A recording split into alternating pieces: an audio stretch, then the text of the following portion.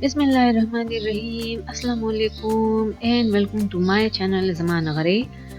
तो आज की रेसिपी जो है वो बहुत ज़्यादा ख़ास है क्योंकि मैं आप लोगों के साथ पाइनएप्पल अपसाइड डाउन केक बिल्कुल एक नए तरीके से शेयर करने वाली हूँ।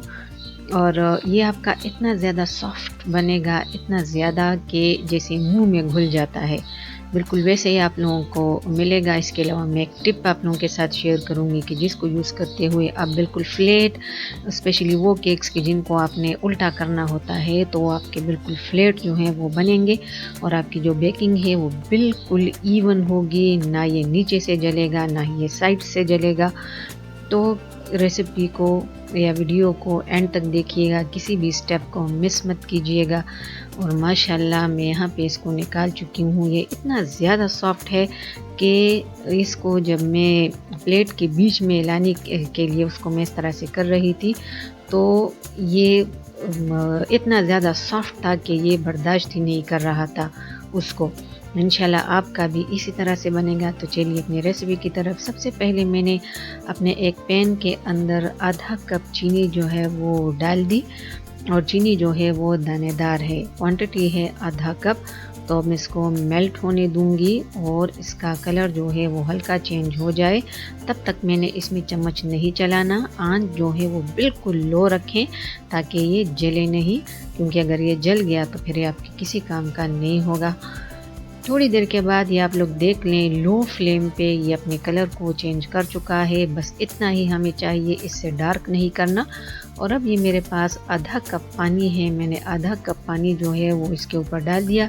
आंच बिल्कुल लो है जैसे पहले थी और अब मैं इसको छोड़ दूंगी ताकि इसका ये जो गट्ठा बने ये फिर से मेल्ट हो जाए। और ये कदरे मेल्ट हो चुका है। अब मैं इसी गरम गरम उसके अंदर फ्लेम जो है वो मैंने ऑफ़ कर दी, क्योंकि ये सिरप गरम है तो वो नीचे वाली चीनी को अपने अंदर डिज़ोल्व कर लेगा।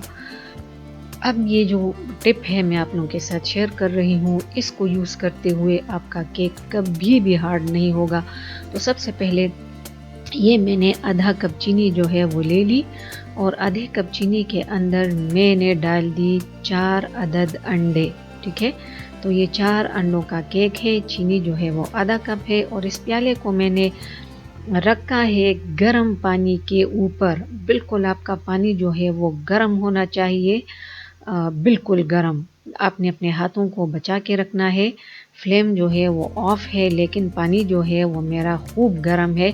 लेकिन आपने इन अंडे और चीनी के मिक्स को अनअटेंडेड नहीं छोड़ना, आपने इसको मुसलसल विस्क की मदद से चलाते रहना है उस वक्त तक जब तक कि चीनी का दाना ख़त्म ना हो जाए। अब आते हैं हम अपने मोल्ड की तरफ। तो ये मेरा ग्रीस मोल्ड है, अच्छी तरह से इसको मैंने ऑयल से ब्रश किया है, इसके नीचे भी और इसके साइड्स पे भी, ताकि हमारा केक चिपके नहीं। और ये जो चीनी वाला मिक्स है जिसको हम ब्राउन कर चुके थे तो वो मैंने अपने मोल्ड के अंदर डाल दिया। ये एक जगह पे इकट्ठा होने की कोशिश कर रहा है लेकिन इसको इसी तरह से बस रहने दें। अब ये मेरे पास पाइनएप्पल के वो रिंग्स हैं और वो मैंने इस तरह से अरेंज किए। अगर आपके पास चेरी है तो जो बीच में सुराख है आप उसमें चेरी को लगा सकते हैं। तो ये मेरा मोल्ड जो है वो बिल्कुल रेडी है। अब मैं आ रही हूँ इसके ड्राई मिक्स की तरफ। तो छलने के अंदर मैंने 1 कप मैदा नाप के जो है वो ले लिया है और इसके साथ 2 टीस्पून नाप के मैं डाल रही हूँ बेकिंग पाउडर के। बेकिंग सोडा वगैरह बिल्कुल भी नहीं जाएगा, सिर्फ बेकिंग पाउडर लेवल करके 2 टीस्पून वो मैंने इसके अंदर डाल दिए और इसको मैंने एक साइड पे रख दिया। आपने इसको छान लेना है। अब ये अंडों वाला मिक्स है, इसमें चीनी मुकम्मल तौर पे हल हो चुकी है। अब मैं इसको बीट कर रही थी। मैंने इलेक्ट्रिक बीटर यूज़ किया है, अगर आपके पास हैंड विस्क है तो आप उसकी मदद से भी कर सकते हो। ये बहुत जल्दी इस तरह से फोमी हो जाते हैं, ये बहुत जल्दी बीट हो जाते हैं क्योंकि जब इनको हीट मिलती है इनके बीच में बॉन्ड्स टूटते हैं और वो जब बॉन्ड्स टूटते हैं तो वो जगह हवा घेर लेती है आसानी से। इसलिए ये आपका बहुत अच्छे से ये राइज़ होगा, अंडे राइज़ होंगे और ये बीट होंगे, बहुत ज़्यादा फोमी ये बनेंगे। अब ये मेरे पास पाइनएप्पल एसेंस है अगर आपके पास पाइनएप्पल नहीं है तो फिर वनीला आप लोग डाल सकते हैं। तो मैंने 1 टीस्पून के बराबर पाइनएप्पल एसेंस इसके अंदर डाल दिया और ये आधा कप नाप के मैं डाल रही हूँ ऑयल। और ऐसा ऑयल आपने यूज़ करना है जैसे जिसमें स्मेल ना हो, टेस्ट ना हो। जैसे कि आप लोग सेसमी ऑयल यूज़ नहीं कर सकते, सरसों का तेल यूज़ नहीं कर सकते, जो होता है ऑलिव वो यूज़ नहीं कर सकते क्योंकि उसमें एक मखसूस स्मेल और बू होती है। अब ये जो मैदा है मैं उसको थोड़ा थोड़ा करके छान के मैं डाल रही हूँ और अपने विस्क यूज़ नहीं कर रही। मैं डायरेक्ट इसको स्पैचुला की मदद से आहिस्ता आहिस्ता इसमें फोल्ड कर रही हूँ। आप लोग देख सकते हैं थोड़ा थोड़ा करके जो है वो मैंने मैदा इसके अंदर डाला। 1 कप मैदा था और मैं इसको फोल्ड किए जा रही हूँ इस तरह से। आप इस तरह से इस केक को बनाएंगे, आप मुझे दुआओं में याद रखोगे, ये मुझे पूरा यकीन है। आपका इंशाल्लाह इतना अच्छा केक जो है वो बनेगा। इसी तरीके से आप लोग जो टी टाइम केक्स होते हैं वो भी बना सकते हैं इसी मेथड को यूज़ करते हुए। इंशाल्लाह कभी भी आपका हार्ड नहीं होगा और कभी भी आपका वो जलेगा नहीं। अब एक और टिप है जो कि मैं आप लोगों के साथ शेयर करूंगी।